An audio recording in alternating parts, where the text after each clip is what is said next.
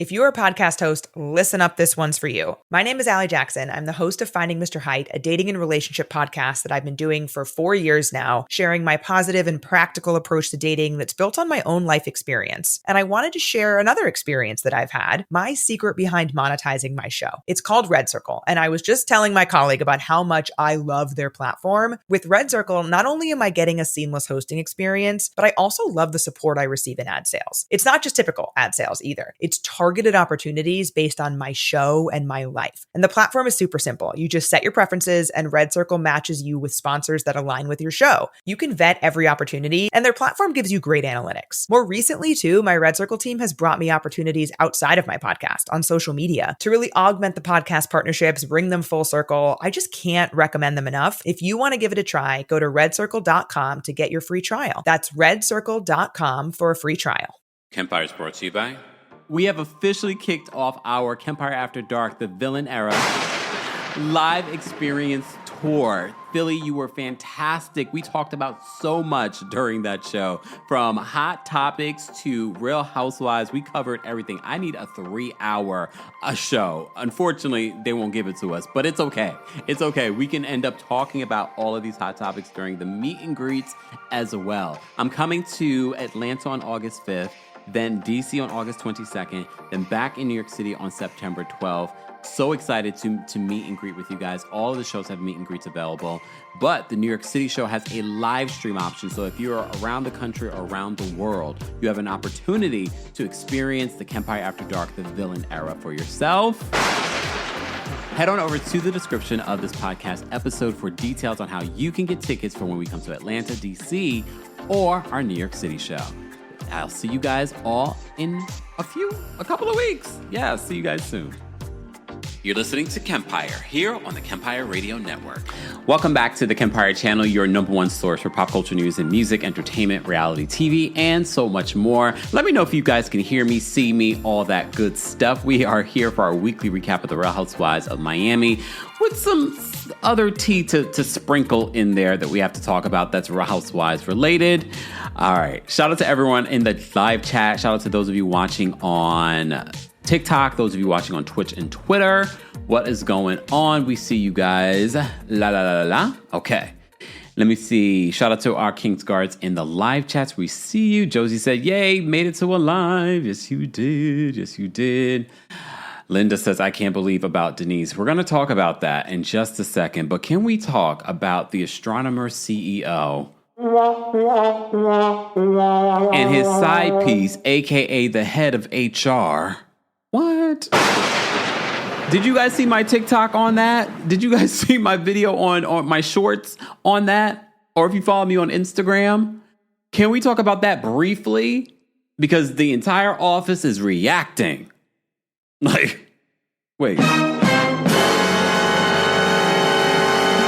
Thank Ozfly Girl. Shout out to our producers in the live chat. Thank you, Deborah. We hear you and see you. Perfect. So now I can play the clip. Let me play this clip. Okay, let me just set up the scenario for you in regards to this viral story. These are regular folks, regular folks, okay?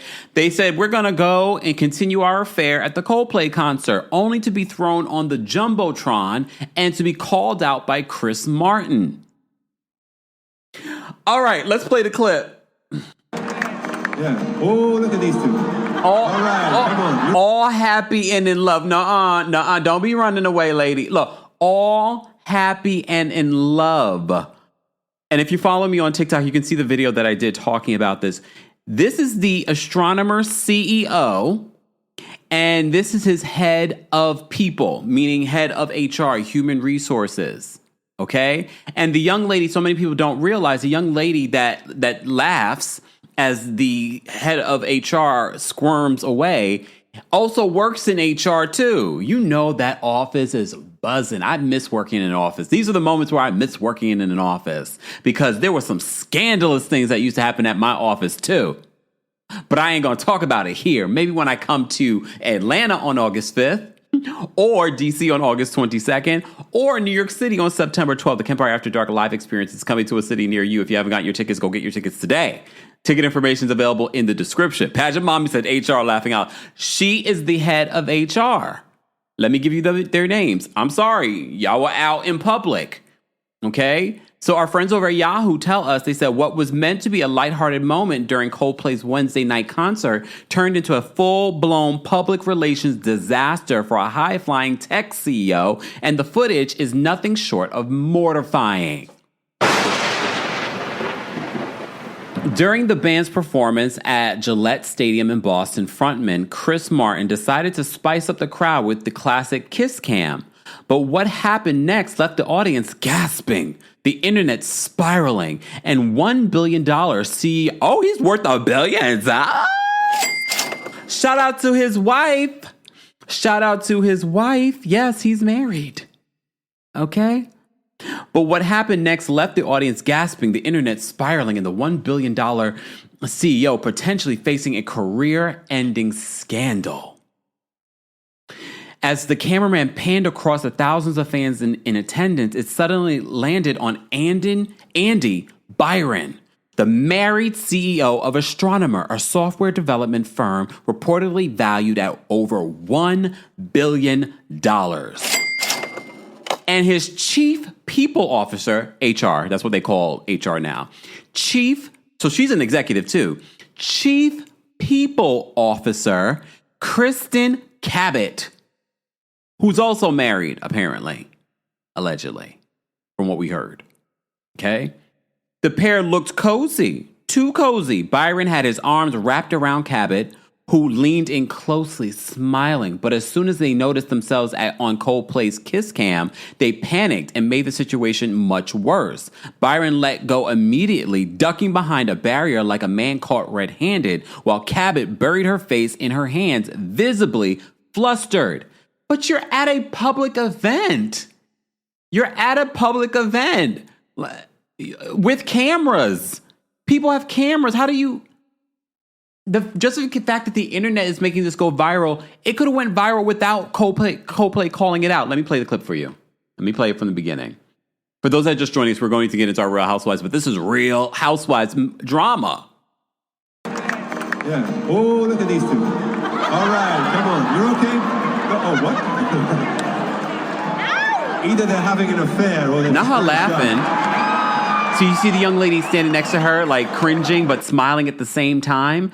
Allegedly, she works in HR too at Astronomer. She's like a director. Okay? I'm not quite sure. We gotta watch that again. Yeah. Oh, look at these two. All right. She looked real happy in his arms, right? She looked real cozy. Like this is what they normally do. Yeah. Oh, look at these two. All right, come on. You're okay? Not him going. Where are you going, sir? Wait, let me look. Come on. You're okay? All right, come on. You're okay? What? Either they're having an affair or they're just very shy. That's Chris Martin from Coldplay. He's being all innocent about it. He said either they're having an affair. They're having an affair, apparently, because they're both married. Yeah. Oh, look at these two.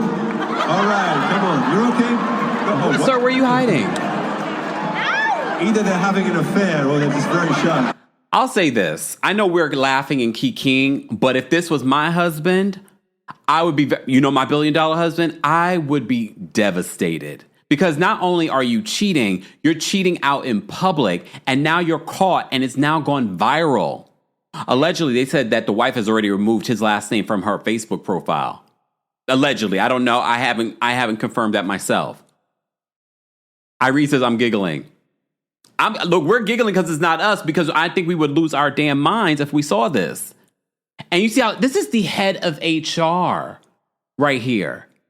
The hypocrisy. Everybody at that company be like, I knew HR was funny.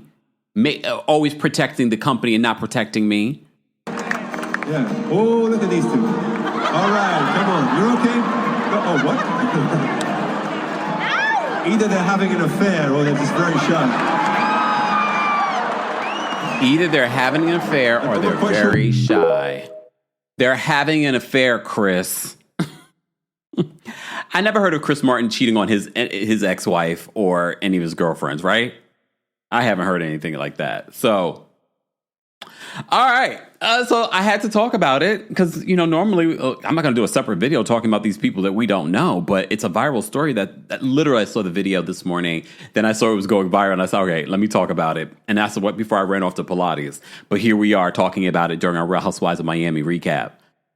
So he is the head of Astronomer, a tech company that's worth $1 billion. He allegedly is married, and so is his head of HR. You already know she's stepping down. She's got to step down. I don't know where she will go from here. She probably will get some sort of severance package. Don't worry for her, okay? You and I do something like that, we're fired. We're at the unemployment line. Her, at her level, in her... Y'all already know she's fine. She'll be fine, okay? Exactly. Tanya says, having an affair and not shy about it. You are at a public space in 2025 where I've told you guys that people are paparazzi nowadays. The paparazzi are out of business because everybody has a phone. Everybody is documenting everything. But you are canoodling at the Coldplay concert, like all hugged up. Like people can't zoom in on you. You know the zoom on the new camera that can go up to like 5 times. And I know all you Android users probably have the same thing and probably had it for how many years? We know Android. Calm down. Okay.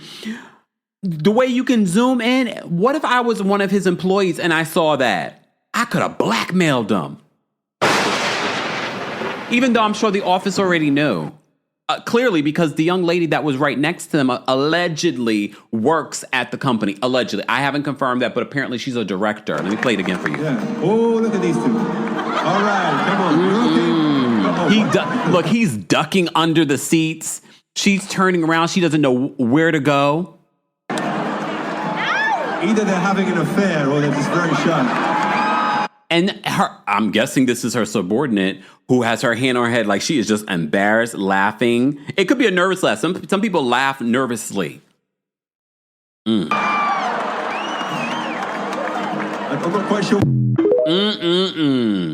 Shame. Look, shame. You know what, Deja says 10 times for Android. Okay, calm down. We will get that in 2030, okay?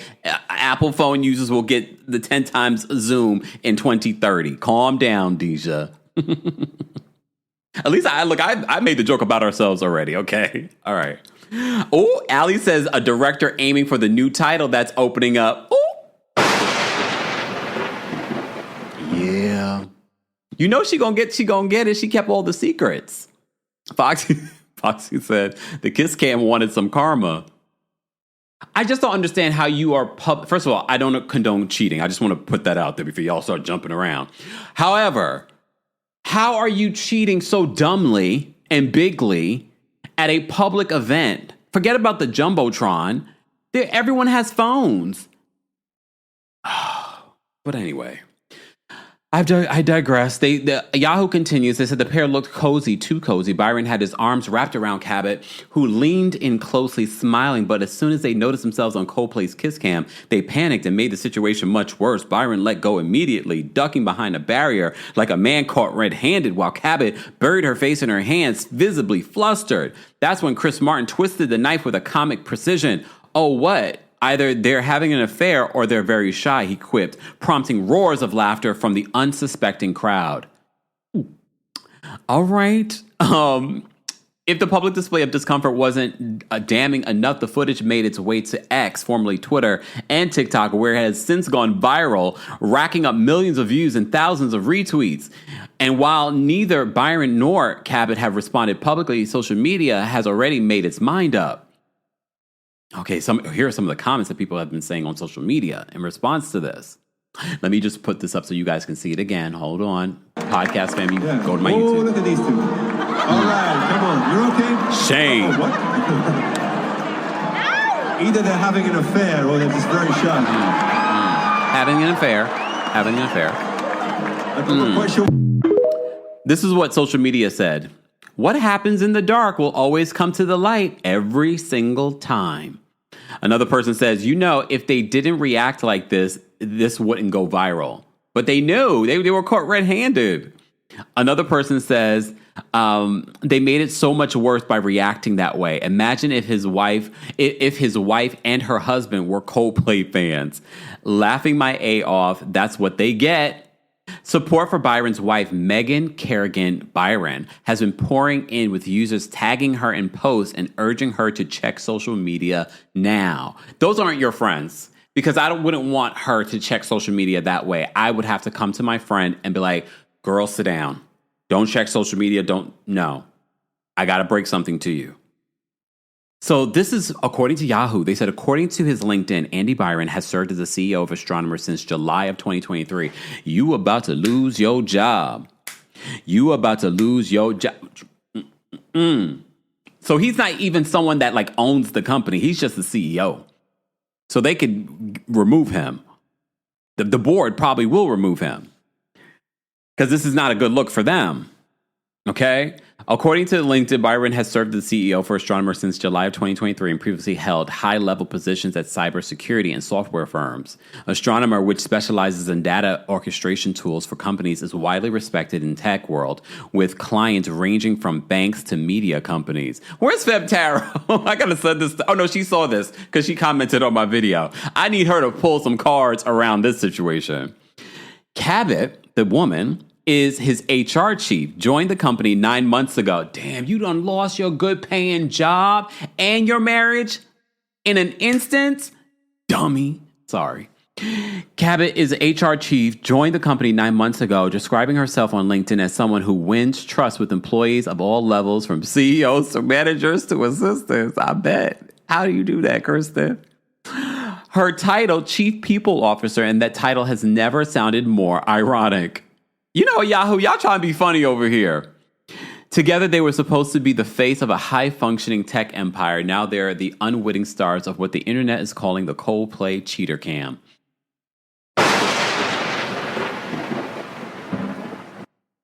Damn.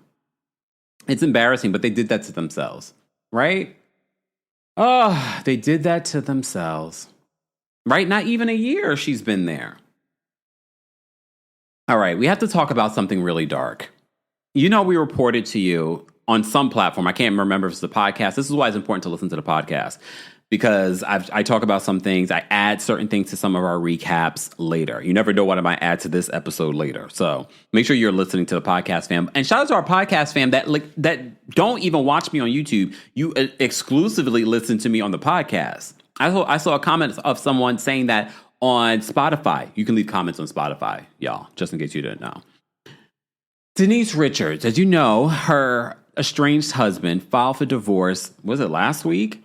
And said that their date of separation was July 4th, which was interesting because on her reality show, which now we found out is not coming back for a second season, I'm surprised because the ratings for that show were decent. So I don't know why it's not coming back. But we found out that that's not coming back, because I thought it was a scheme that Todd set up for them to come back for a new season. But now people want her to join Real Housewives of Beverly Hills. That would actually be easy, y'all, because she actually is friends. Remember, Erica Jane was on this show, on her Wild Things show as well, and they had a sit down and they made peace. So it would be easy to kind of include all of this messiness, Denise Richards' messiness, into the new season. I'm not saying I'm watching, but I'm just saying they could. All right? It's not too late. But it gets dark because now Denise Richards has gotten a restraining order accusing Aaron, the very innocent goofball, doesn't have much of a brain, of physical abuse, though. And I've seen pictures. I'm not going to show you the pictures. You can Google schmoogle them, of her with a black eye. Oh, hell no. I don't understand how a man punches a woman in the face. When I was watching that video of Diddy kicking Cassie, like he was fighting some dude, I was just like, what is wrong with you? But we know what's wrong with them, right? Right. So according to our friends over at the Daily Beast, they said Denise Richards has obtained a temporary restraining order against her estranged husband following allegations that he physically abused her and threatened her life. According to court documents filed Wednesday, Richards alleges that Aaron Vipers was physically violent toward her throughout their relationship, according to TMZ. The couple began dating in 2017 and got married a year later. Earlier this month, Vipers filed for divorce, citing irreconcilable differences. He often made guest appearances during Richards' stint on Bravo's staple, The Real Housewives of Beverly Hills, and later appeared on the actress' reality series, Denise Richards and Her Wild Things. Throughout our relationship, Aaron would frequently violently choke me, violently squeeze my head with both hands, tightly squeeze my arms, violently slap me in my face and head, aggressively slap my head into the bathroom towel rack, and more, Richards wrote in the court documents according to TMZ. And it's probably frustrated because, he also filed in the divorce that he makes no money a month. She makes apparently $250,000 a month from her work. He probably felt emasculated by that because he's not a real man because you're hitting on a woman. Fight someone your own size, dummy. In the filing, Richards wrote that Vipers threatened to take her life and himself if she reported him to the police. She also wrote that he had at least 8 unregistered GUNs. So for those that will start to say, why didn't she leave? She makes more money than him. Why didn't... This is the psychological abuse that happens in these situations. This is part of the reason why people do not leave. The court and then after he's done this, he's probably like, I'm so sorry, I'll never do it again. The court documents detail several specific incidents of Vipers allegedly controlling and abusive behavior. In one 2022 incident, Vipers, a former actor who later founded a holistic healing center in California, isn't he getting sued for that company? Allegedly became paranoid that the potted plants at his workplace contained listening devices. Is it drugs? He then allegedly struck Richards in the face, giving her a black eye, and called her an effing B-word. Oh my gosh. A photo included with the filing shows the actor and reality TV star wearing a black beanie with deep purple bruising and swelling around her left eye. I'm not going to show it to you guys because we have to remember, this is included in a restraining order. This is not something that she wanted to share with the world. So in another incident, Richards suggested that Vipers not accompany her on a work trip. In response, he grabbed her by the back of her head and slammed her to the ground, screaming that he did not trust her, Richards wrote. I knew there was something about him, that whole, dumb guy routine that he was playing. I was like, Then on July 4th, I'm glad she took a picture, though, of her black eye. Then on July 4th, so this is when he filed for divorce. Then on July 4th, he allegedly stormed into her office and demanded to see her phone. When she refused and threatened to call the police, he grabbed her arm and warned her, I would like to see the cops take me away. I will blow everything up if they try. What? We are talking about Denise Richards and Aaron Vipers, who she's divorcing. The incident continued into July 5th, according to the filing, with Vipers allegedly calling Richards a see you next Tuesday whore. At one point, 2 days later, Vipers filed for divorce and listed July 4th as their separation date. He's seeking spousal support and has asked to keep their assets and debts separate. I still haven't found out whether or not they had a prenup. I really hope they had a prenup. The temporary restraining order requires Vipers to stay at least 100 yards away from Richards, her home, her workplace, and her vehicle until at least August 8th, when the two are scheduled to appear in court. Richards was previously married to Charlie Sheen. Now Charlie's seeming like a whole lot better. I don't think Charlie was ever abusive to her. I mean, physically, I should say. Some might say the emotional abuse is worse. Richards was previously married to Charlie Sheen, with whom she shares 2 daughters. Vipers was married to Real Housewives star Nicolette Sheridan. I wonder what Nicolette has to say about this. All right. So that's the update. I didn't expect to see that turn in this divorce between Denise Richards and Aaron Vipers, but she now has been granted a restraining order accusing him of being physically and emotionally abusive to her. Well, and I know some people would say, like, why didn't she file for divorce? Again, cycles of abuse. Google schmoogle it, y'all. The internet is your friend. And it wasn't until he filed for divorce that this split ended up happening, which probably saved her life. we're going to continue to pray and follow, pray for Denise and follow this story, guys. That was just an update I wanted to give you on the Denise Richards story of it all. All right, let's get into the Real Housewives of Miami. Our girls are still bringing it. You're still bringing it. Come on. Let's give it a round of applause. Guys, how would you rate this week's episode of the Real Housewives of Miami? Let me bring up this because shout out to our friends over at TV Deets. Because, you know, we've been saying, why aren't people watching Real Housewives of Miami? Well, according to their source, they're saying that Real Housewives of Miami is averaging a 1.5 million viewers an episode across a linear video on demand and Peacock sources tell TV Deets exclusively. TV Deets also reported this week that Real Housewives of Miami has already been picked up for season 8, hopefully without Julia.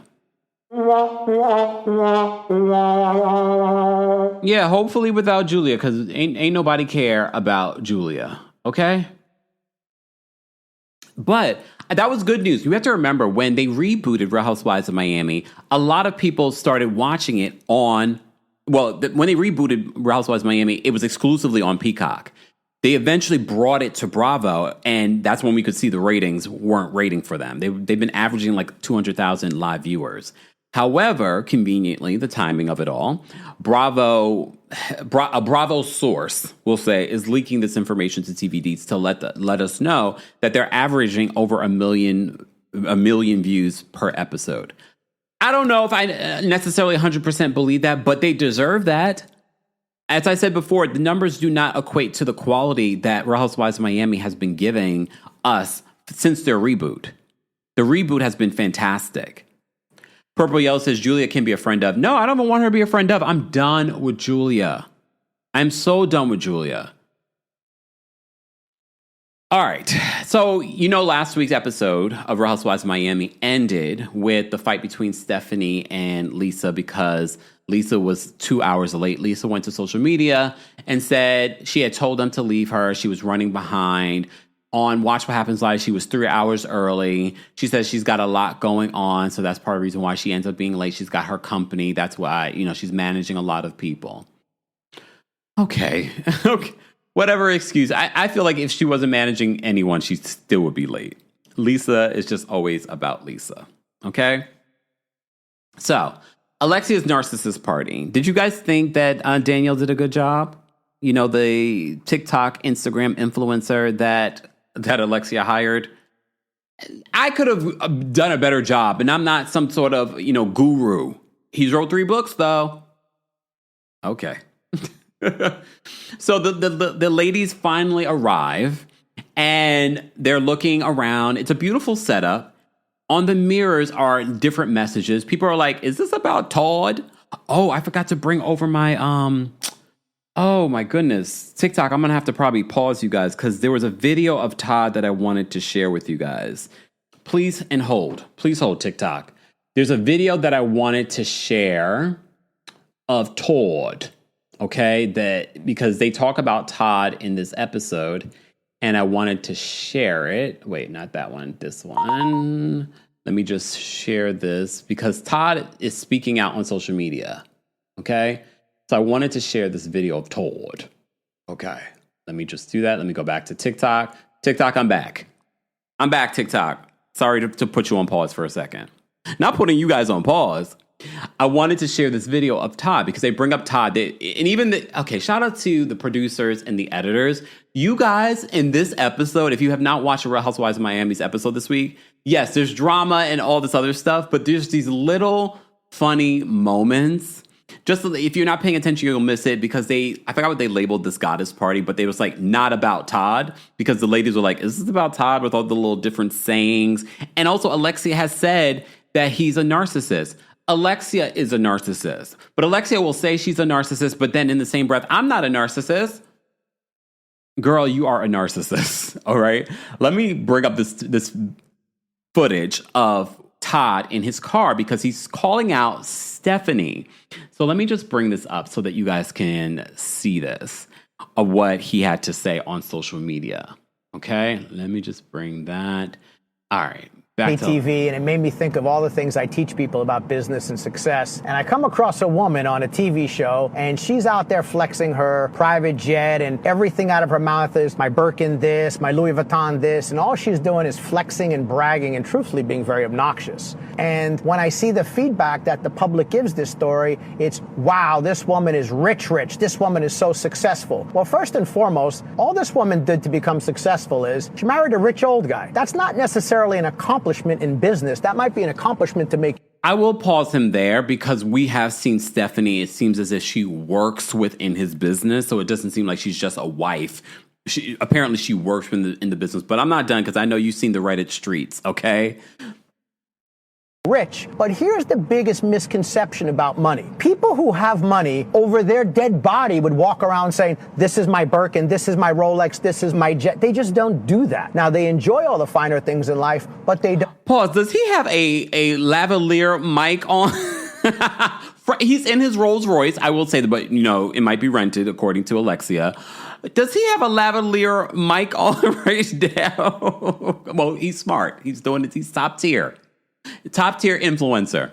Do that. But the misconception, the struggle a lot of young people have nowadays is they see it and then the narrative becomes this woman is so wealthy, when in reality, if you just did a simple Google search, their home is in foreclosure. Their personal residence was in foreclosure. So you have all this stuff and you're walking around bragging that the only thing you care about is money, but you forgot to pay your mortgage. That to me is... Is he saying something? Is Stephanie and Masood in foreclosure? Well, there's more tea to talk about them, okay? What's happening with society is that people are so concerned with the image and portraying like they got it all. And even if they got it all because they married into it, this woman probably doesn't have a clue what goes on in her husband's business because he's a lot older and he had the business before her. But the big misconception the young people have today is that when someone flexes, they got something fancy, they really made it. They actually don't want you to know, so don't be that person. And don't be enamored by people who flash their wealth because they're probably not rich. TV and I have to say this, though, because I know we feel the way that we feel about Todd. Todd is not a good person. We don't like the way Todd moved when it comes with Alexia. But what he said here wasn't untrue, right? What he said here was facts. But we also have to remember we're watching a reality show. And we also have to keep in mind, Bravo, because you guys in the comment section, you love seeing the big, rich, fancy lifestyles. So they try to emphasize that even more. Is that something that Stephanie wants to promote? I mean, some might say yes, but it's also emphasized based off of the show and editing. Could she have offered another side to her personality? She could have. But no matter how we feel about Todd, what he said here was facts. It's true, especially when I play you this next video about, and again, I'm just going to say everything here is alleged, okay? I'm not saying that this is fact. This is from the Reddit streets, but shout out to our friends, Emily Banks, who put this together on her TikTok. I knew I didn't trust Stephanie, the new cast member of Real Housewives of Miami. Found this Reddit thread. Remember how Stephanie said the way she met Masood? I met Masood at a Miami Heat game when I was 26 years old and he was 50. She was actually Masood's ex-wife's assistant. That's how she met Masood. And then she had an affair with Masood and got her way into the company like that. Stephanie says she's been with her husband for 11 years, but he was officially divorced in 2019. Apparently, Stephanie... I will say this, though. Sometimes these high-profile divorces can take longer. He might have been separated for a very long time. I'm just going to add that as a caveat, okay? But take a listen to this. Legally changed her name to Masood's last name while he was still married. Who? What? Where? Allegedly. Stephanie changed her last name before he even got a divorce? Oh, okay. That's weirdo behavior. Stephanie and her husband are also being sued for $10 million that they allegedly owe a Miami real estate lender. His ex-wife and 2 daughters do not speak to him. Shoma Group was actually funded by his ex-wife's father. According to this Reddit post, what it appears like is Stephanie stole his ex-wife's life. Now, she wasn't really on my radar until she went on Watch What Happens Live, and this is how she answered this question about Gertie. I just want to know why Gertie just wants to hold grudges. Like, just let it go. Like those kids, his kids are probably holding a grudge against you, Stephanie, for allegedly breaking up their happy family. Caught my attention, and I said, let me look into this lady. And sure enough, she's not who she appears, which I think we all could figure out, right? Yeah. Make sure you guys go follow Emily on socials. Okay, here's the thing. Again, not necessarily fact, but the more I look at Stephanie and I look at her dynamic, her twin sisters, in this episode, we find out a little bit more. She had a falling out with them after they started working for their real estate company. But the parents also had a falling out with the twin sisters. The other thing that Emily mentioned in the comment section of that video, she says that Masood's kids are suing him for taking money out of their trust, millions of dollars out of their trust. So something is fishy here. I don't know what it is, but we're going to get to the bottom of it at some particular point. Yeah, his own children are suing him. His own kids are suing. And for those that follow the podcast, you already know I talked about this on the podcast. Okay. All right. Let's get to the episode. Lord, I haven't even I started the episode. So we start off this episode of Real Housewives of Miami at the Narcissist party. Everyone's a narcissist on this cast, but no one's more of a narcissist than Lisa.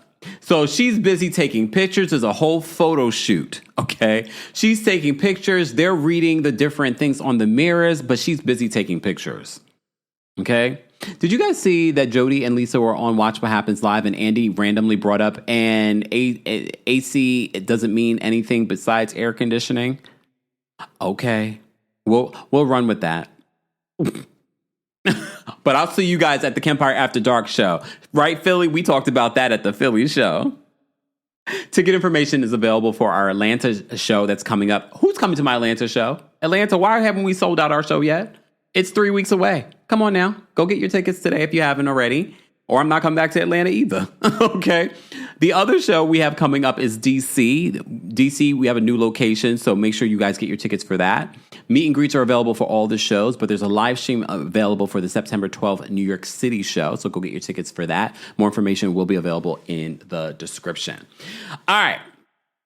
So they're walking around the party looking at all the things. Daniel's just sitting around looking weird. Fine. All right.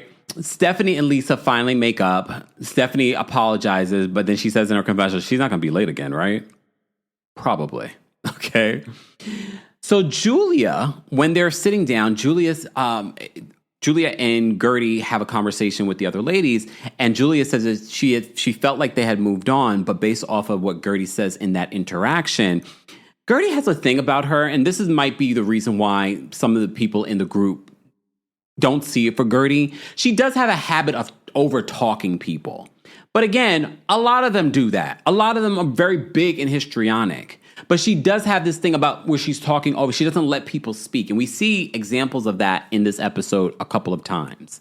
Because Julia talks about the issues that her and Gertie had. And Gertie was just like, well, she needed some time. Instead of just letting Julia speak the piece, Gertie was like chiming in instead of just letting her speak. So I was just sort of like, okay, Gertie, let people speak. Let her get the thought out. Okay. But you see Gertie speak over her. All right. All right. Then they play this game, the red flag game. So there's names. There are names with all the women, and they play this game where the women choose who they feel like they should put the red flag in their vase. Okay. So the first statement is constantly talking about themselves. So all the women, for the majority, except I think Gertie and Adriana, they didn't put it in Lisa's vase. They put it in their own. So constantly talking about themselves, Lisa wins that particular part of the game. But she wins overall because they keep putting the red flags in her vase or vase, however you say it.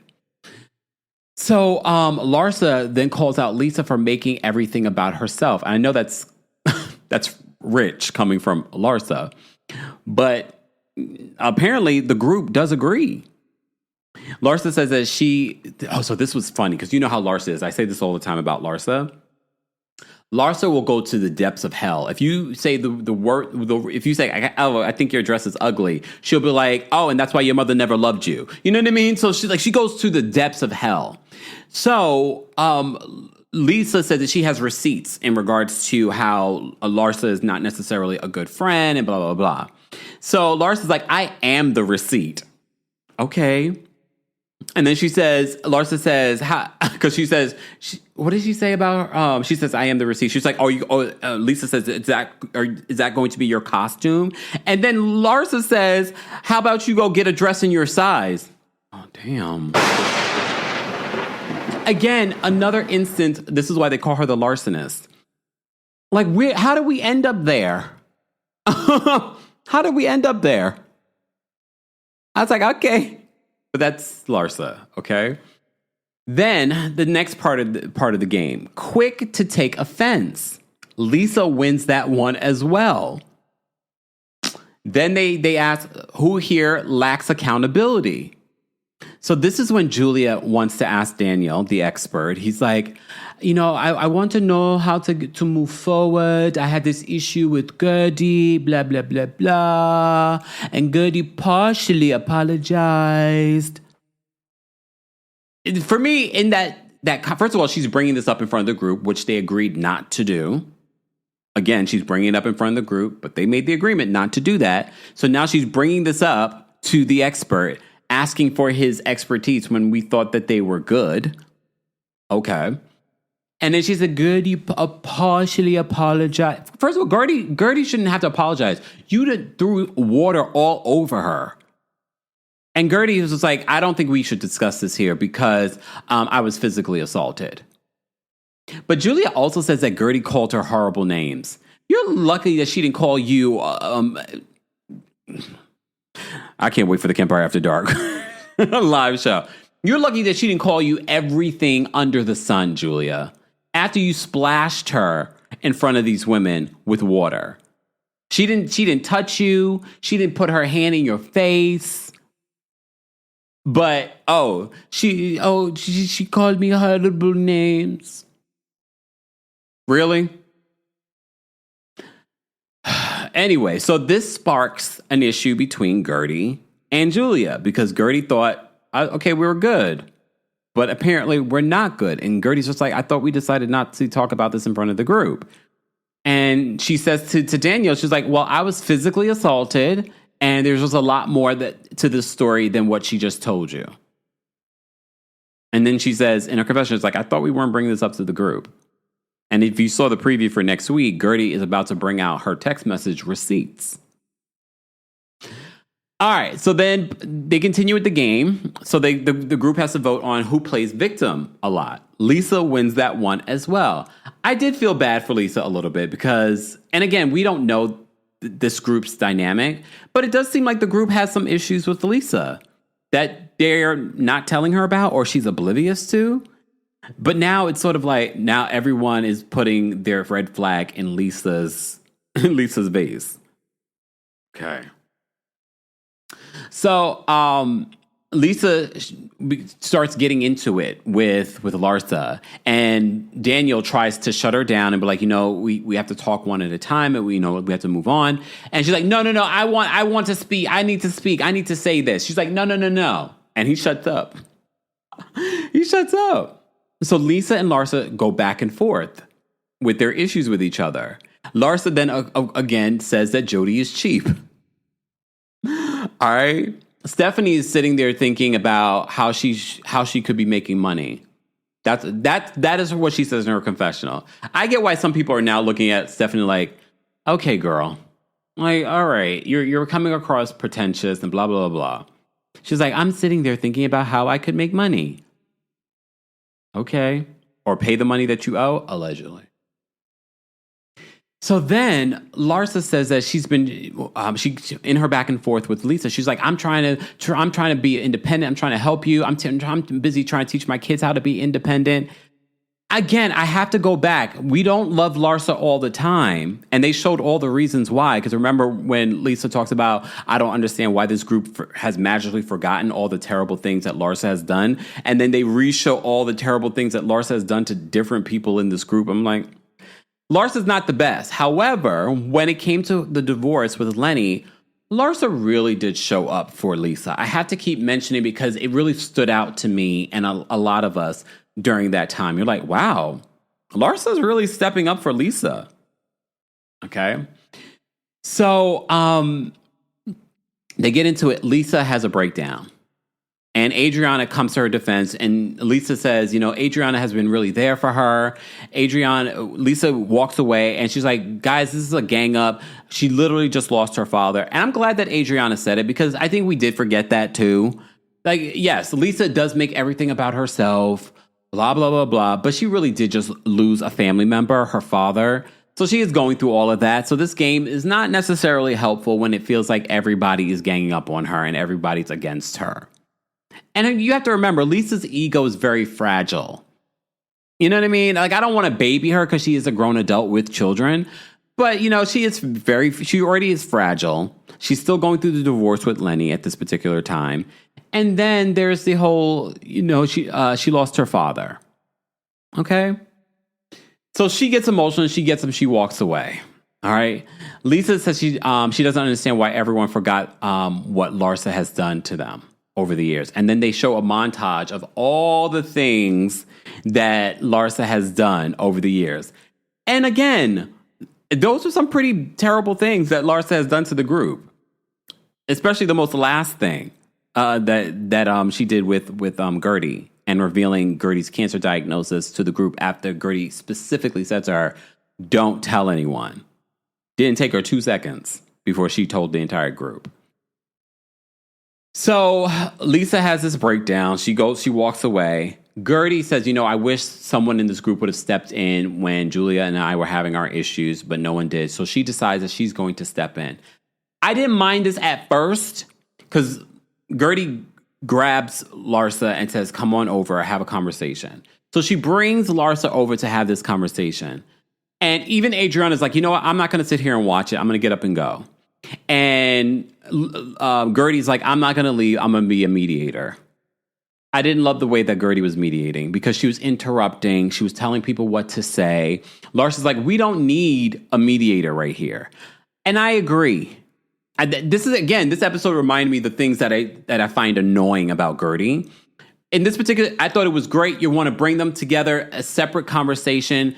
Be quiet. Let them have the conversation. Unless it gets to a place where they're arguing again and they're talking over each other, then interfere. I was just like, okay, Gertie is chiming in. And Larsa is like, what's that? First of all, they weren't yelling at each other at this particular point. They're speaking their piece. But Gertie's trying to look, well, no, apologize. Gertie, shut up. Like, shut up. But again, if we're watching reality television, it does come across funny, but it was also annoying. Especially if we're really trying to make peace here. Let me take a sip. Pageant Mommy says that Gertie was annoying and not helping. All right? It's exactly. Doja says it was too much, but it was funny. Oh my goodness. And I don't think Gertie was meaning it to be funny. I think she really wanted to help them. All right, but she's not a good mediator. Especially, you can't be a good mediator when you're someone that talks over people. And that's exactly what she was doing in this conversation.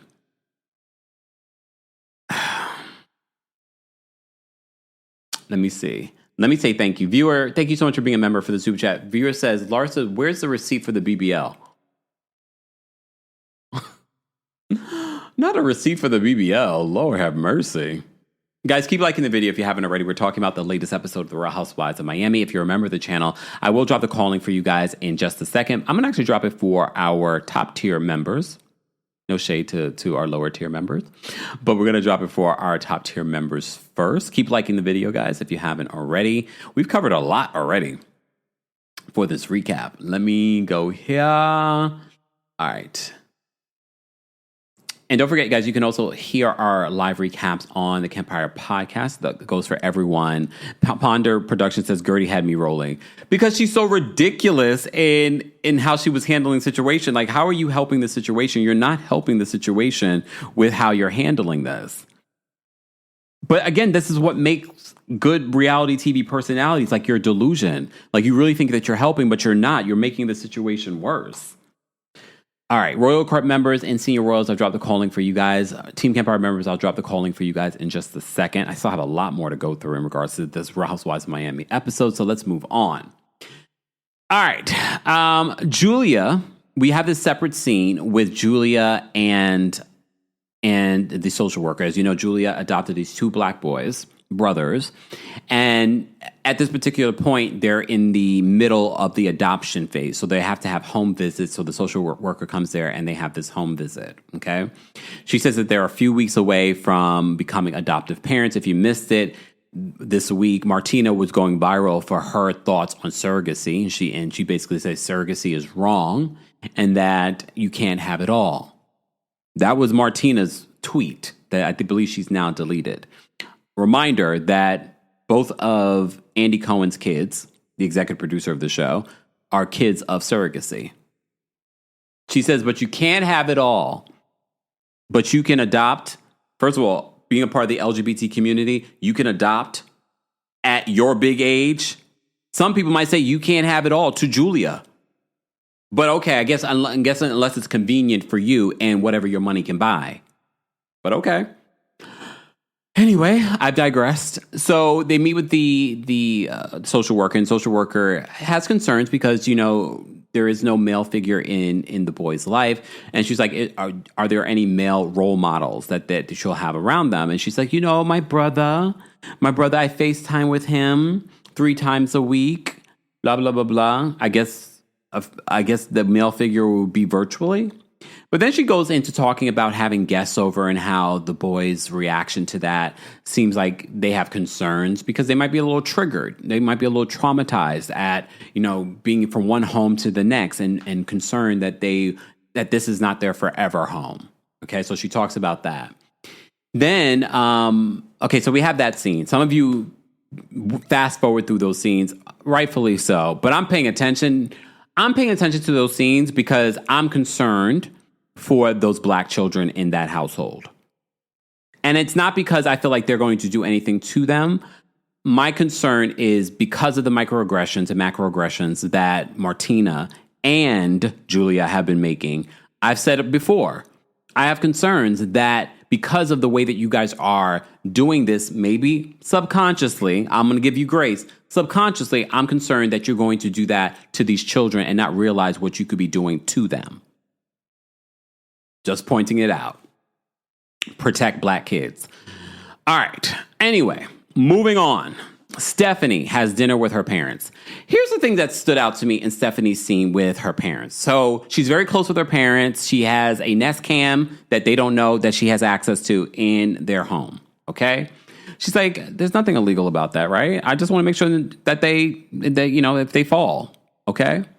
Miss Lonnie says that I too have concerns. If the season did not play out the way that they're playing out, I probably wouldn't have those concerns. But now I have those concerns. They're important concerns to have. And they have to make an effort because they're raising 2 black children. The world doesn't see you guys in the same way that they're going to see those 2 black boys. Okay? Trayvon Martin, black boy. You're living in Florida. It's important to know. It's important to say these things. These are things that they need to be diligent about. So these microaggressions that they're making towards Gertie, they need to start checking themselves on that stuff and learning and educating themselves. If anything, they should be using Gertie as a resource because she's raising black boys. Kiki as well. Anyway, so Stephanie has this dinner with her parents. And she talked about how close she is with her parents. I did not realize that the parents also had the falling out with the twins. They said that their twin daughters' issues with the parents are separate from the issues that Stephanie has with her sisters. But the issues that she had with her sisters made the relationship with the parents even worse. The mother gets really emotional. I can't imagine because these are her children. She gave birth to these children. So to have an issue with your children, not to be talking with your children, I can't imagine what that feels like. So she gets emotional. But here's what stood out to me. First of all, Stephanie's father and Masood are only 2 years apart. But then I looked a little bit closer. they kind of favor each other, even the teeth.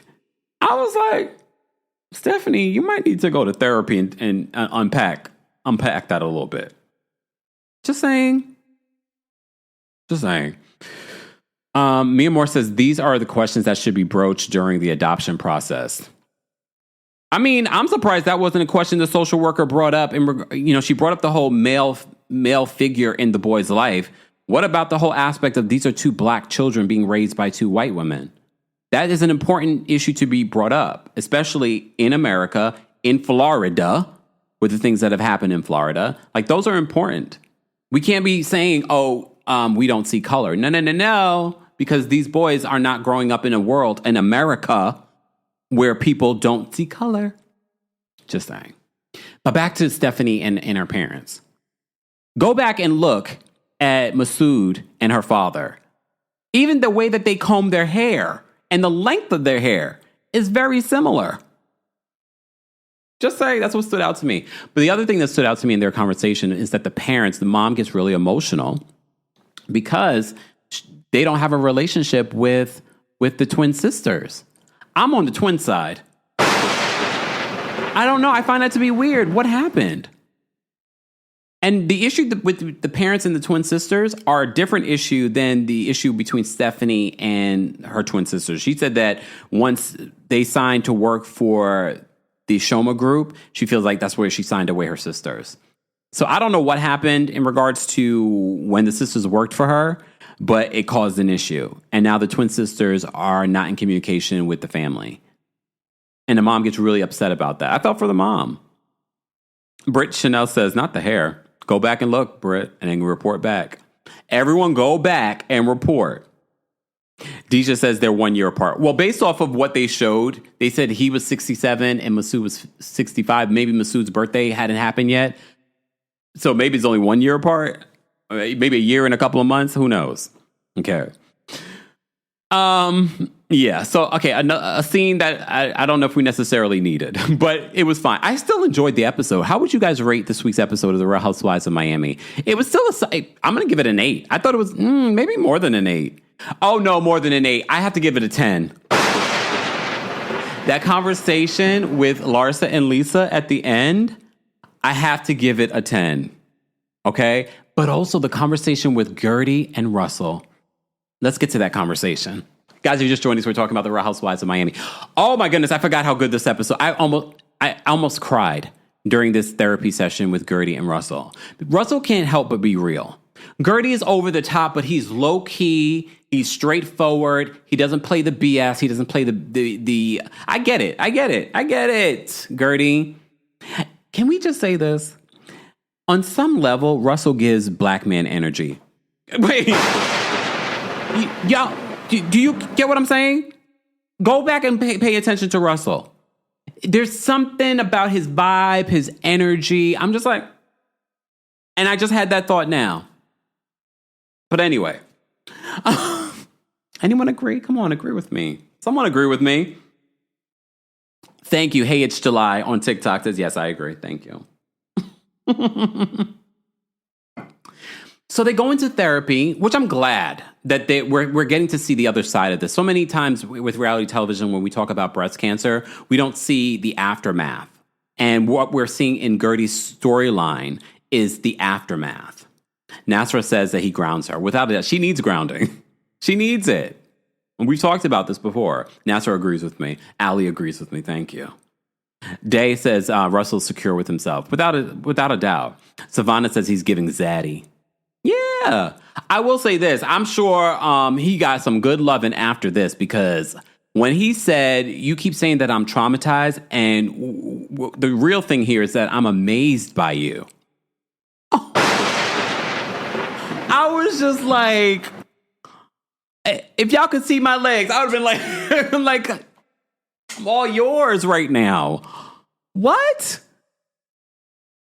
So they talk about what they've gone through after cancer. They talk about their relationship, how they got together. They've known each other since high school, guys. Just imagine, this is the person that you've loved your entire life. You've never had to really be a caretaker for them. They go through this groundbreaking thing that happens in their life.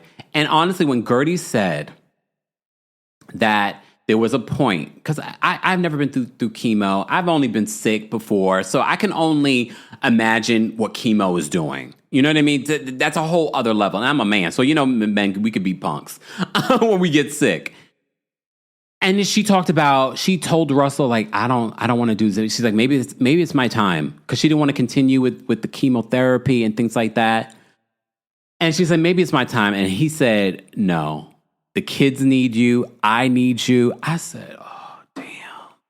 Because she took us back to that moment. I can't imagine what she was going through. She's sick. She's filming. She's working. And sharing this for the entire world. So she says, maybe it's my time. And he's like, no, it's not your time. We need you. We need you here. And she said she never brought it up again to him. Okay? So, when he talks about how this whole situation made him feel, you could tell Russell wanted to cry.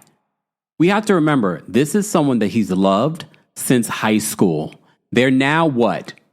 40? They've known each other since being teenagers. And now this is probably the biggest challenge that they've ever gone through in their relationship, life or death.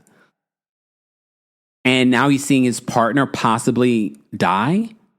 And now she's giving up. So he gets emotional. He didn't shed a tear, but you could see the tear was coming. I was like, look, here's my shoulder, Russell. Here's my shoulder. Just cry on my shoulder, Russell. Okay? But then, she talks about she doesn't want him to constantly treat her like he's a first responder or a caretaker. She wants to feel sexy again. She's also used to being in control in her business life and in her family life. In this situation, he had to take care of everything. He had to take care of the kids. He had to take care of her. But she doesn't want to feel like that anymore. And he says that she constantly is saying that I'm traumatized by the whole cancer journey. He probably was. But he says in that moment, which I was not prepared for him to say this. He's like, you keep saying that I'm traumatized, but I'm actually amazed by my wife. And she was just like, he's never said that. I was just like, I could have bawled right there. Deborah says he's married. I know. I am not the Astronomer chief of head HR. I'm kidding. I'm just saying. If you needed a shoulder to cry on, I'm nobody's homewrecker. Not like Kristen Cabot from Astronomer's head of HR. Okay, you see why I added all this in today? Okay. May says we need more men like Russell in the world. I'm sure there are plenty of them out there. We just don't see them on reality television. But that line, I wasn't ready for that. I don't think Gertie was ready for that. As a therapist, I probably would have started crying. There were so many, like, I didn't know what to expect from this scene.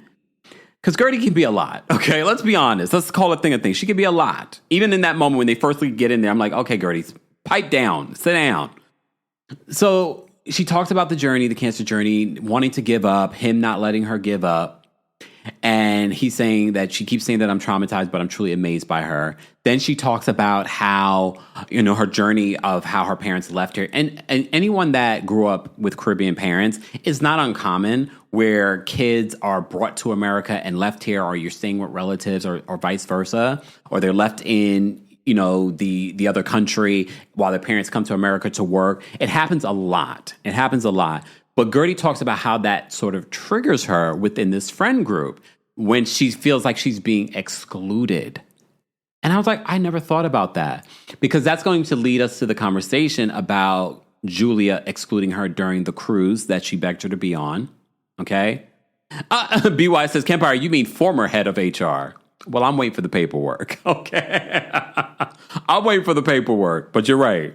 More than likely the former head of HR, because this is like, girl, you're the head of HR. You're supposed to, unless there's paperwork outlining that you guys are in a relationship that has been filed, you can't keep, you about to lose your job. That was another story that we talked about for those that are just joining us. So I thought that was groundbreaking that Gertie had that in her mind and understanding of feeling excluded. I thought that was a lot of self-awareness that a lot of these housewives do not have when it comes to self-awareness. They don't have it. But I thought that was pretty self-aware. And she says that's probably what triggers her with the whole Julia of it all. But we're going to revisit the Julia of it all next week. If you saw the preview, we also see Karamo makes an appearance. Why was Karamo acting like that? I was like, why is he acting like this? I'm like, okay, fine. He's like, money. I'm like, oh, okay. But okay. PSM says, but it's not just Haitians. PSM says Haitians have a way of traumatizing their kids with this journey to the U.S. When they brought me here, I thought I was only here for vacation. I didn't know I was here to stay. Never see my friends. It's very Caribbean, to be honest. I mean, I can't say that happened to me. I was born here in America. You hear that, Trump? I was born here in America, but I know I have a lot of relatives and relatives that used to come stay with me as a kid. So there were a lot of Jamaicans coming in and out my house, staying with us and working and doing all this stuff. So I can only imagine. I have cousins too, that similar situation. So it's not just Haitians, but that can be traumatizing. Princess Leia says, Karamo's annoying. Just that scene, I was like, Theo says that Karamo was doing a lot. Okay, so it wasn't just me. I was like, what is he doing? Is his show still on? Did they renew it for another season? Like, it's been on for 2 seasons. I keep saying I need to give it a watch, but every clip I see, I'm like, I'm over my Jerry Springer era. Okay, that's the vibe it gives a little bit. All right, let's move on. Anyway, moving on. But would you want to see Karamo host the reunions? This is when I talk about, again, sidebar. Can we just take a quick sidebar? They announced that Andy Cohen is going to be co-hosting the Love Island reunion. And I was like, bravo, what is wrong with you guys? Why is Andy hosting every single reunion like you don't employ thousands of people? Karamo is an NBCU employee. I'm not saying it should be Karamo, but it could be Karamo. Like, why? I don't understand why he's hosting every single reunion, even shows that he's not a part of. But anyway, Mia Moore says, who in the hell is listening to Karamo? You know what? And I'm not saying that, what's her face? What's her name? That hosted with him? Ariana. I'm not saying that she could host it on her own, because I think she has a personality of a gnat.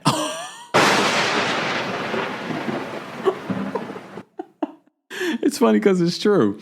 I'm not saying that she should host it on her own, but there's plenty of people at the network that could be hosting this. This is a huge show for Peacock.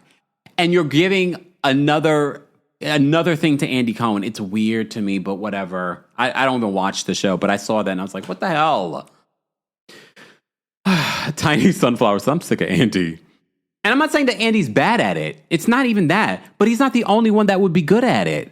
And again, this is not me saying that I want the job. I don't even watch the damn show. I'm not interested. I'm just thinking of the other talent that are hired by NBC Universal. I don't want the job. The Dan Dog said, Dan, I didn't know that you are in Belgium. You know I love Belgium. I've been there a couple of times. Yeah, but I got me some Belgian waffles. Kalam says, the way you are kikiing at yourself has me dig. Can you tell me I'm the youngest? Sorry. Let me focus. Can we have to get to my favorite. Well, okay. The Guerdy and Russell scene was one of my favorite scenes. It was up there. But this next scene with Larsa and Lisa. So Larsa and Lisa finally make amends eventually. They sit down to have a conversation. But, Larsa can't help but take digs. Larsa says that she was really hurt after the Milan trip. Something happened during that Milan trip. And now I can't even look at Lisa. I have to look at Lisa as a liar. Because she still tries to make it seem like nothing happened. And Larsa says something did happen. And we find out what it was.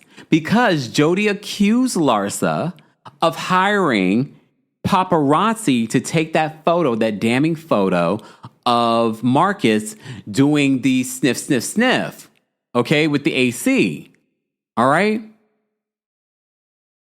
So, but then I thought to myself, oh, did she do that? And then she's like, am I the CIA or something?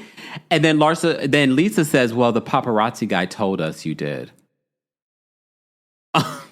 Well, now I'm starting to think, do you guys think that that's what happened? Now I'm starting to think, but again, Who cares? Because that's true. When we think about Marcus Jordan, who cares about Marcus Jordan? There weren't paparazzi following him like that before. He's in the south of France. Who's zooming in to see him do a sniff of some powdery substance? It's not like it's Michael Jordan. So now I'm starting to think like, oh, maybe she did. Because remember, she accused him of talking about her badly on social media. So then I was like, well, wait a second. Exactly. RC said, which is not a denial when she says, am I the CIA or something? And then Lisa says, well, the paparazzi told us. But why is this Jody's business? Why is this Jody's business? Why would that even come up as any sort of issue when you guys are having a conversation? Who cares? Who cares?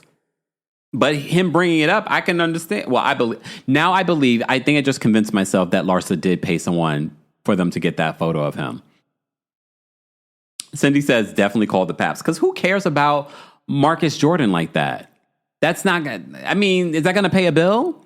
A picture of that? I mean, it was, him being on Real Housewives probably did make him a little bit more interesting. Not to us. I'm so glad he's no longer on the show. Tiny says Larsa does like a good stunt. Well, good for it. Larsa, if you ever see this, good job, girl. Because we didn't know. Only for us to find out he got arrested for driving under the influence. Nicole says because that's Jody's AC client. I will say they've denied any accusations of the powdery substance. They even talked about it last night. Andy Cohen gave them a save in regards to that. So Leia says, I don't blame Jody for interjecting. Larsa came at him too. Yeah, she called him cheap. I wonder why she called him cheap. Did she ever explain why she called him cheap? Why is he cheap? I mean, dating someone like Lisa, I don't think he really can be cheap. He's paying for everything else. He's paying for her lifestyle. So, I don't know. So it gets heated. She's like, I'm trying to de-escalate the situation because Larsa then says that she's a better friend. And then she says that Lisa needs to be a better friend. She needs more friends. And she's like, you didn't see all the red flags that you got at the party? So Lisa gets really upset. She has another breakdown. And she gets up and she goes to the bathroom. Let me just tell you something. I was not ready for her. She calls Alexia. She walks her way to the bathroom. Lisa walks to the bathroom. Wait, did y'all see the scene of Real Housewives of Miami last night? She walks to the bathroom. She's complaining to Alexia. She's saying, I don't have any friends. Alexia, that's not true. We don't hate you, blah, blah, blah. She's saying all these things.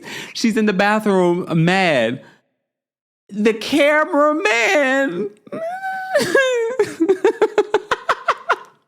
Why did the cameraman get the shot of the lady in the stall?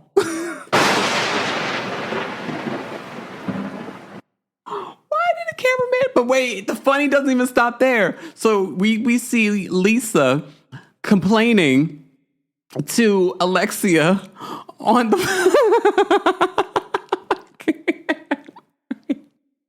she's complaining to Alexia on the phone. Mind you, she's on speakerphone. That's so rude. You're in public. She's on speakerphone complaining to Alexia, but they're filming a reality show. There's a woman. Has that ever happened to you? You're in the bathroom. That's never happened to me because I'm not sitting on nobody's nasty toilet. Okay, but it's a ladies' room, so the women gotta sit. But I know some of y'all squat. You don't sit. I don't know. The lady could have been squatting, but why did the cameraman? The cameraman deserves a raise.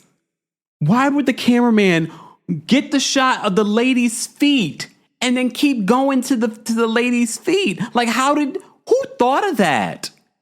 Who thought of that? I wonder if that person was a producer that was in the stall. Because even if it was a setup, that Todd set up, it was so good. It was good. This is why Real Housewives of Miami is top tier, because I was not ready for that. BY says the cameraman is so juvenile. I didn't see that coming. I did not expect that. Sir, because those cameras are big too. So did he get on the floor? Or did he drop the camera? First of all, why are we in the bathroom with Lisa? He dropped the camera to get that shot, and then editors zoomed in. I need to ask producers. I need to ask. See, Newbie says I missed that. Now you got to go back because it was comedy gold. It was the best part. All right. Mersando says he got a shot to prove that Lisa is a narcissist. So he's zooming in on the lady in the stall's feet. All right. So then while Lisa's in the bathroom, Larsa's on her phone. I'm going to give Larsa some leeway here because we don't know if later they added audio, but the audio that they share is Larsa at the table on her phone listening to Donald Trump. And he's just like, if you're black or Hispanic and you vote for Kamala, you need your head examined. I don't know if they added that audio or they did that intentionally because then it goes to audio for something else. Y'all already know, Larsa, she probably did vote for Trump. Okay, it's also Florida. Okay, but I was just like, not her listening to Donald Trump and listening intently. It wasn't like, how we listen to Donald Trump when he comes up on our feed and we're like this. You're like, I don't even listen to him. I'm just like this swipe. But she's sitting there listening intently, like, he's right. He's right. She didn't do that, though. I will say that. She just was sort of like, and then she was listening to something else while Lisa's back inside upset. Lisa eventually, because the lady comes out to use the bathroom, done using the bathroom. Okay. And then she's like, oh, sorry. Then she goes out. Okay, she goes out, and the woman in the bathroom, when Lisa comes in screaming on the phone, she probably was just like this froze. She probably was still like mid-stream. She was mid-stream in the bathroom. Lisa comes in yelling, and she's probably like probably froze up, and she probably still had to go, but Lisa's still talking.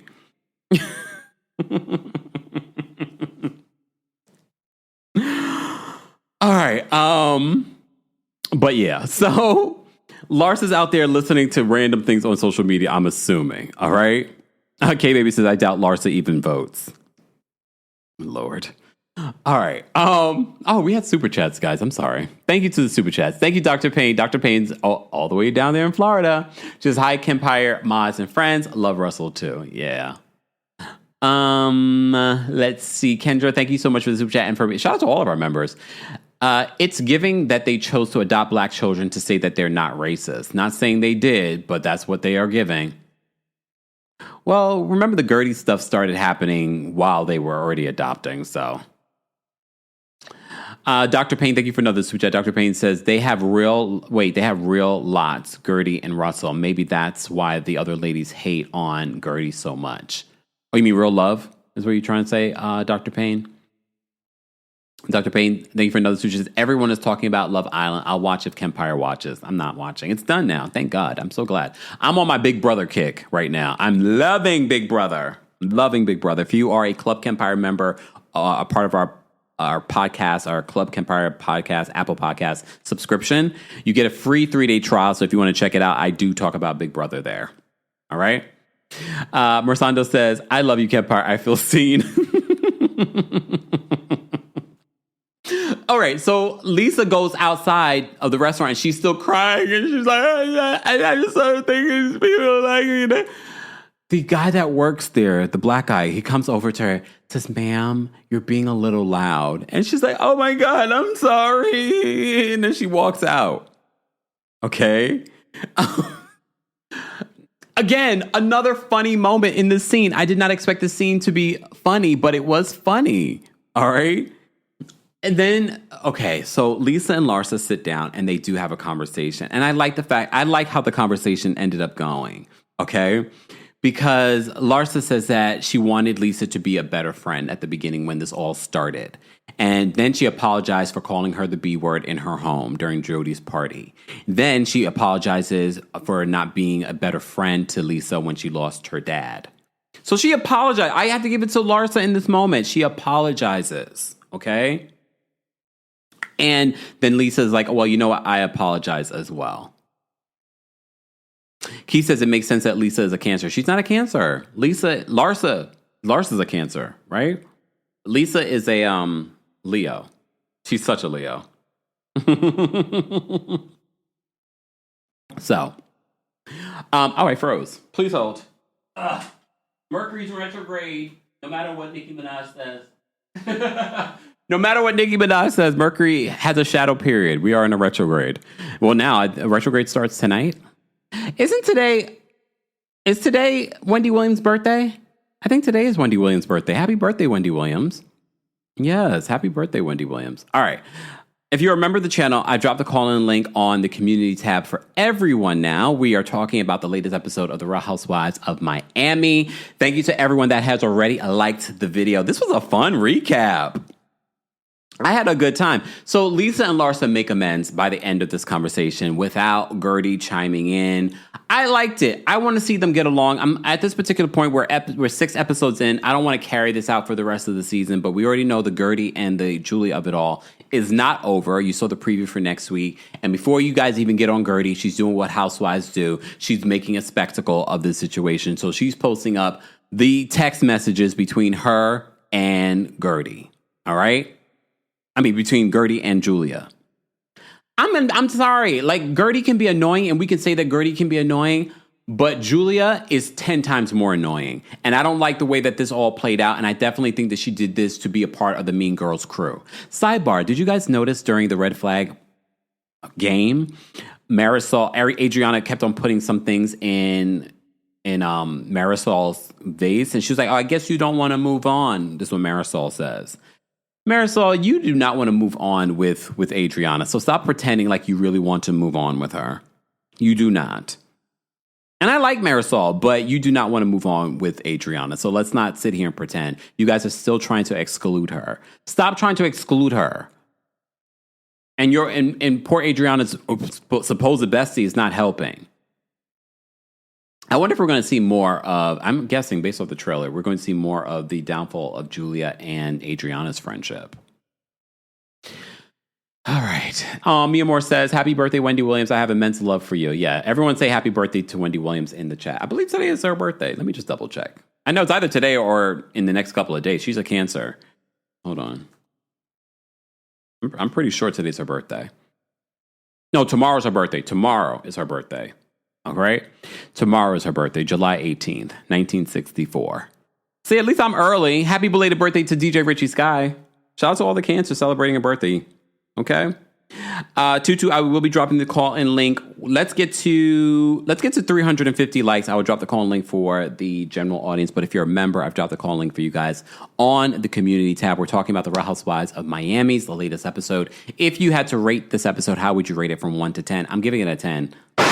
That bathroom situation was enough for me, TikTok, right? That was enough for me. I was like, tens. I mean, the scene with Guerdy and Russell, 10s, all right? Yes, happy early birthday to Wendy Williams. Free Wendy all day, every day until she's free, all right? Exactly. Teresa says, we love you, Wendy. Happy birthday. How you doing? Hold on, let me play it. How you doing? All right. Foxy rates it an 8. Live chat on TikTok. Thank you, Ponder Productions, for the finger heart. How would you guys rate this week's episode of The Real Housewives of Miami? Don't forget, you can also hear a audio version of our live recaps along with extended versions on the Kempire podcast while you're there. Don't forget to give us a 5-star review all on Apple Podcasts and on Spotify. And also, don't forget the Kempire After Dark live show is coming to Atlanta on August 5th. I know it's a Tuesday, but who cares? We're not going to be out that late. Calm down. Go get your tickets today if you haven't gotten your tickets. And then, of course, we are coming to DC on August 22nd. That's a Friday. All right. And then we're going to be coming back to New York City on September 12th. All shows have meet and greets available, but the New York City show has a live stream option. So even if you're coming to the other shows, what I say in DC or what I said in Philly or what I say in Atlanta won't be what I say come September 12th. It's going to be a completely different show. So go get your tickets today if you haven't gotten your tickets. We will be having a good old time. All right. Lana gave it a 9. PSM gave it an 8. I'm seeing a lot of 8s. And I guess you guys are free nilly with your 10s, huh? Panja Mommy gave them a 5. All right. Angel says I give Kemp's recap a 10. Thank you. Appreciate it. Appreciate it. Shar says that Larsa is just as self-absorbed as Lisa, in my opinion. I definitely think that Larsa is self-absorbed. I do think that Lisa takes it to another level, and apparently the group agrees. Just saying. All right. Let's get to some of the callers from our members. If you're a member of the channel, we've dropped the call link on the community tab. Live chat, once we get to 350 likes, I will drop the call link for you guys as well. All right. Brenda says, happy birthday to the queen of TV, Wendy Williams. We love you. We see you. We can't wait to hear from you soon. Yes. Kay Sarn just gave the episode a 10.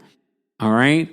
Purple Yellow says the show was 7. Which isn't bad. Live chat on TikTok. Let me know how you rate this week's episode of Real Housewives of Miami. All right. Miss Bernice has been waiting patiently behind the scenes. Miss Bernice, what's going on? Hey, Kempire. How are you? Are you there? Can you hear me now? Yes. Okay. What up, Joe, everybody? How you all doing today? Let me get my spirit right with watching this episode, because I just want to get to my favorite part with Gertie and her husband. Yeah. He loves this woman, mind, body, and soul. Mm-hmm.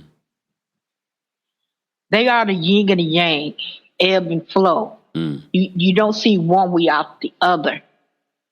You know, he compliments her, she compliments him. Yeah. She's his backbone, and vice versa. There's no true love than that on TV. Mm. And the other women are envious of that love. That's why they're secretly doing the attack on her. Mm. Because I'm sorry, if I tell you we good, and we gonna go from that, and then you're gonna come back and bring it back up. That means we was never good. And I see you, and you on my list. Because you are no longer my friend. You are ops. Mm. Okay? You have no good for me. And I can see that because you're doing me shady. Mm. And Julia and Martina, they invisible people to me. When they come on, I put on mute. Oh. When they finish talking and they out the scene, I take it off mute. Because Martina upholds Julia in her mess. That's true. Because you didn't notice this. I don't think anybody noticed this in the beginning when it was all about the baby shower. Mm-hmm. And Gertie had sent a message with congratulations. And she said, oh, she just sent me congratulations. It was congratulations. I couldn't get into the thing. They kept booting me out. So, okay, I'm sending you congratulations. And the Martina gonna go like, that don't sound right. Kick. That's a reach. Yes, that's a real reach. And Larsa and Lisa are male-centered people. Oh. They're always gonna fall out because they're male-centered. Mm. If they don't have a male in their life, they're not happy. Mm. Mm-hmm. So other than that, it was all right. But you still enjoyed the episode. I did enjoy the episode, yeah. Okay. All right. Thank you, Miss Bernice, for calling in. You're welcome. Bye-bye. Miss Bernice.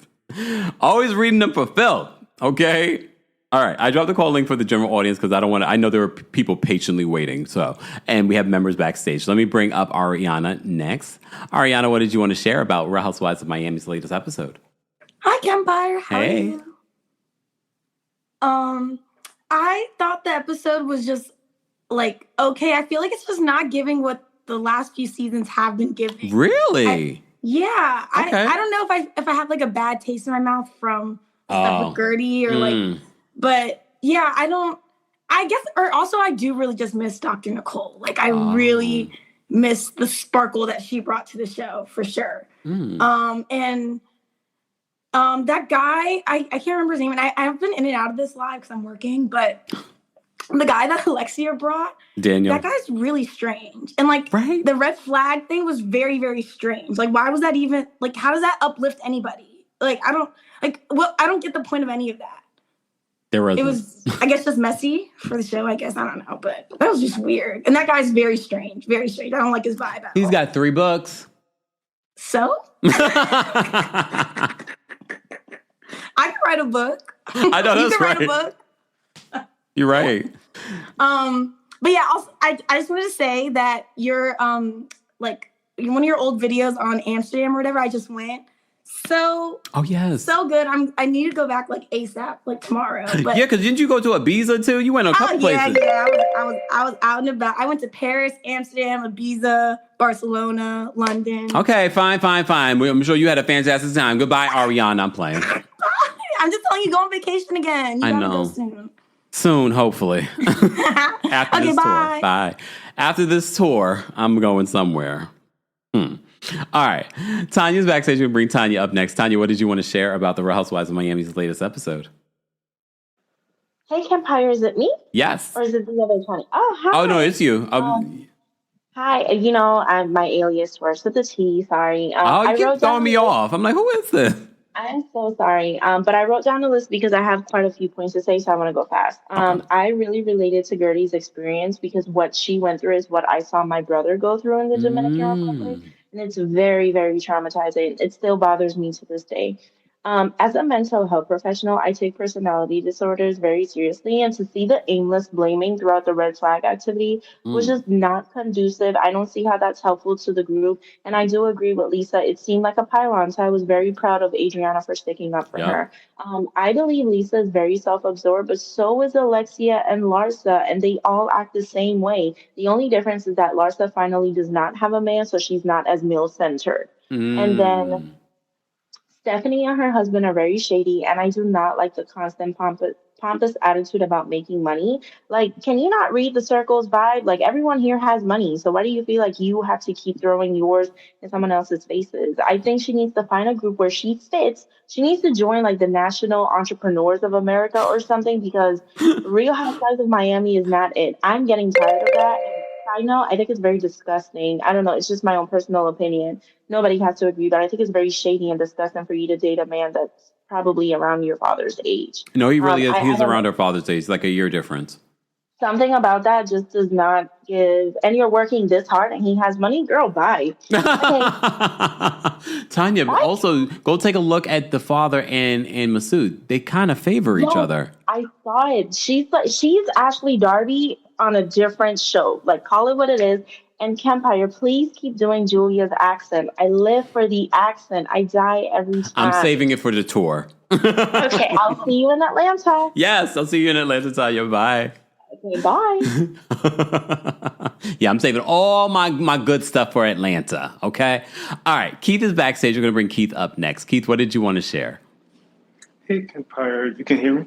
Barely. Why you sound so demure today? Well, I'm at work. So, I don't want my manager and everyone to know. Oh. But, yeah, so I actually just needed to call because I really wanted to talk about what was happening with Lisa and Oh, you're breaking up. Are you moving from one spot to the next? For different reasons. Hold on. More so you guys demand to pay for lifestyle. Keith, whereas Larsa, I feel like she just you're breaking up. I don't think you can hear me. Any man Keith, having no man. Keith. You can hear me? Hello? No, can you hear me now? Because you were breaking up. Yeah. Oh, and then he dropped out. Well, I want him to get to a good spot, and then we'll bring Keith back up. Princess, what did you want to share in regards to Real Housewives of Miami? Hey, Camp. Hey. Can you hear me? Yes. Okay, so I wanted to speak on the Lisa and Larsa of it all because that's the only part that kind of like interested me at all. Lisa, I feel bad for. Yeah, she makes a lot of stuff about her, but I feel like it comes from her probably having to fight to be seen in her marriage with Lenny for so long, not knowing, the odds and ends. But look at how it's blown up in her face. Like, I can only imagine the dynamic within that house before they filed for divorce. So I'll give her a little grace with that. But then with Larsa at that table, did anybody notice when she picked her phone up and was like, you want me to show you whenever Larsa pick up her phone? Baby, I be shaking in my boots. She is quick to send a text, to threaten somebody. Oh, I had your back. You're not going to have mine. They didn't even show proof on the show. So, like, with Larsa, I'm like, she a scary narcissist. Lisa just a, self-centered one. But not too much on Leos. We not all like that. Okay, I'm going to just, shout us out. Love y'all, Leo gang, whatever. Leah's about to go through it with the Mercury retrograde, FYI. All the fixed signs. Excited. Well, I just wanted to throw that out there. But yeah, I feel bad for Lisa. And she obviously don't keep in touch with Leah Black too much because Leah spoke life into her, and I'm not saying life. So, but that's all. Talk to you later. Thanks, Princess Leia. Bye. Princess Leia, the Leo. Okay, let's bring Keith back up. Keith, are you there? Keith, you're muted. Oh, Keith? Keith, are you with us? Okay, we'll go back because Keith is at work. All right, Tutu's backstage. Tutu, what did you want to share? Bonsoir, Kempire. Can you hear me? Yes. Can you hear me? Yes. I've been wanting to be on your live for weeks. I have to drag Julia through hell. If I was Gertie, I would have had her investigated by I don't know who for the adoption. It's weird. I don't know how did it happen. I take it there because even her daughter live in France, in Macron, France, rather than staying in the United States. Schemy. Also, peep how Marisol is the one leading the charges against Lisa. She's the one who started with the red flag saying, oh, obviously. And then Julia, like the little biggest gnome that she is, follow up. And then Stephanie. Marisol is leading the girls. And I think that's why too Adriana said, I'm seeing what she's doing. Okay. I can't wait for next week for Gertie to expose Julia for being the glorified sugar baby that she is. I don't like her. I don't like her wife. I don't like them. I don't like her goat either. She can go somewhere else, way away from the show. Sorry. And that's it. Thank you so much, Tutu, for calling in. Bonsoir. Bonsoir. All right, let's bring up Dr. Payne next. Dr. Payne, what did you want to share about Real Housewives of Miami, your neighbors? Hi, can you hear me? Yes. I love watching you review the Real Housewives of Miami. So I don't get to watch it as much. When I do, I just try to figure out where I'm going to go eat or what restaurant they're at. So it was good. But everybody's not so behind Larsa. It's like maybe a fake alliance or whatever, because nobody barely went to her birthday. Like two of the housewives went to her birthday, which she had at Oro, by the way. Hot, sexy, beautiful place. The food, Oh. Right? But I like Gertie. I don't like that they're against her because of her personality. What they need her to be quiet so they can have their rehearse moment. And Gertie is the moment. So that's the problem with them. They need to say their lines and she's interrupting it, right? I love Russell. And I just think overall, I wish the girls wouldn't ruin the show by being so mean to each other. You need to have a moment, get mad at each other, get over it, and back to business. That's what we liked about Miami. And now they're going to be a bunch of sourpusses like the rest of the show, and they're going to ruin it. That's it. Thank you, Dr. Payne. One more thing, Kempire, I was dying. I wanted to call in for Roa so bad, and then I had a patient. I love my patients, but that day cut my eyes. Oh, man. What did you want to say about Roa? Oh, my God. That Phaedra totally set that up. Oh, so you believe that Phaedra did it? Yes, the producers came to her. Phaedra, we need you to save the show. We need you, you put her back, gave her a rundown of all the characters, say, hey, this lady Angela, her husband, da-da-da. And she said, I think I know. And then she totally set it up. Athens, Georgia, I'm from Savannah, Georgia, even though I live in Miami. Athens is so small. All the black people know each other. I'm sure the white ones too. When I say they know each other, they know their mamas, their cousins. They go to the same club. They go to the same barbecues. They all know each other intimately, multiple generations. It's not a coinky dinky, okay? She did it. That's it. I know where you got that from. Bye, Dr. Payne.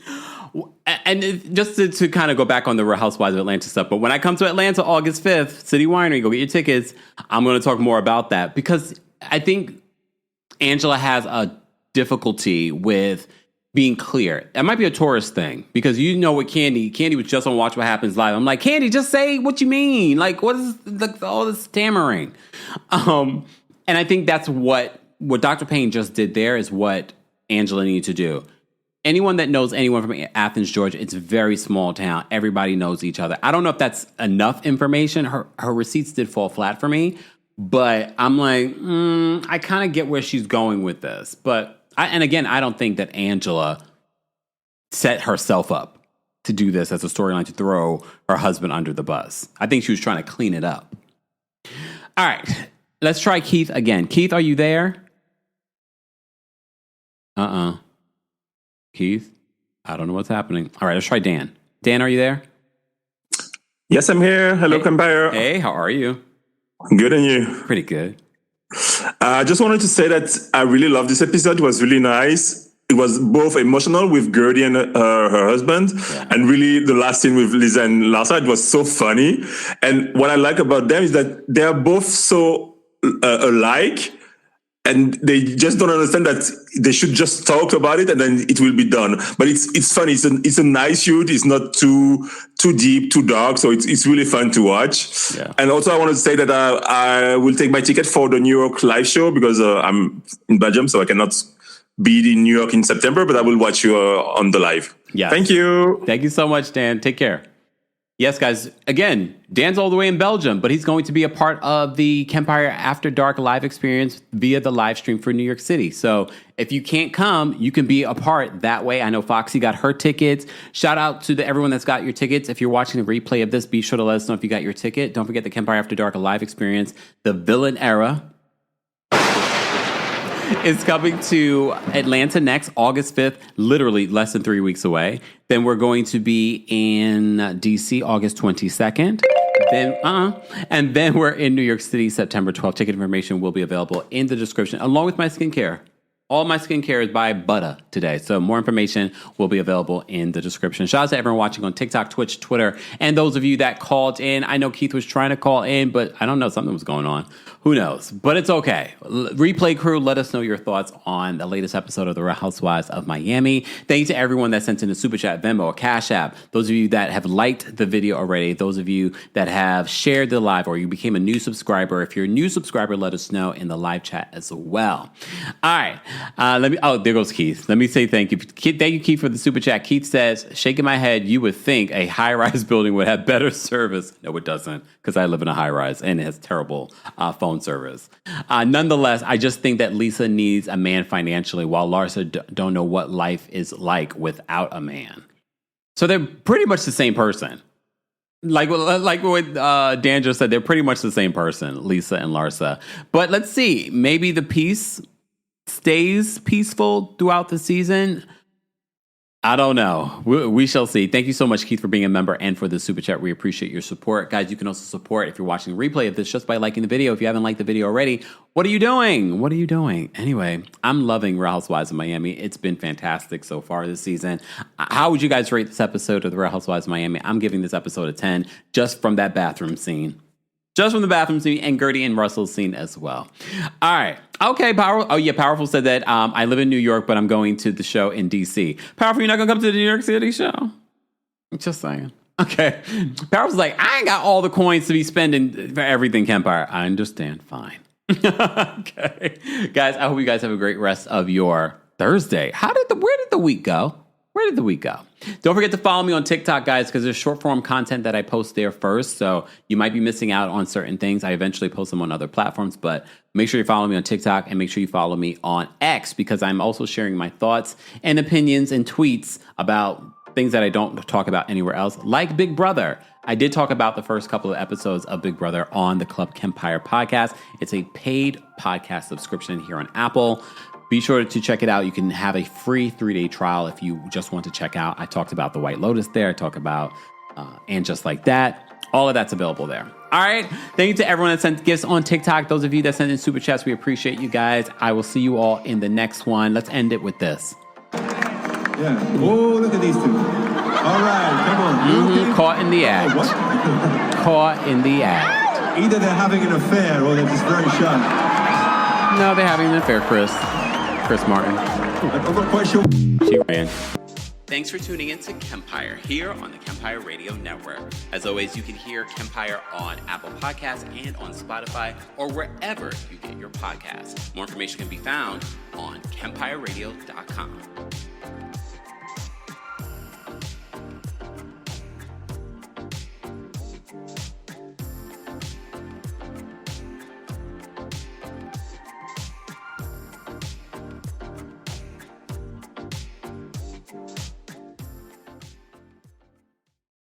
If you're a podcast host, listen up, this one's for you. My name is Allie Jackson. I'm the host of Finding Mr. Height, a dating and relationship podcast that I've been doing for 4 years now, sharing my positive and practical approach to dating that's built on my own life experience. And I wanted to share another experience that I've had, my secret behind monetizing my show. It's called Red Circle, and I was just telling my colleague about how much I love their platform. With Red Circle, not only am I getting a seamless hosting experience, but I also love the support I receive in ad sales. It's not just typical ad sales either. It's targeted opportunities based on my show and my life. And the platform is super simple. You just set your preferences and Red Circle matches you with sponsors that align with your show. You can vet every opportunity and their platform gives you great analytics. More recently too, my Red Circle team has brought me opportunities outside of my podcast on social media to really augment the podcast partnerships, bring them full circle. I just can't recommend them enough. If you want to give it a try, go to redcircle.com to get your free trial. That's redcircle.com for a free trial.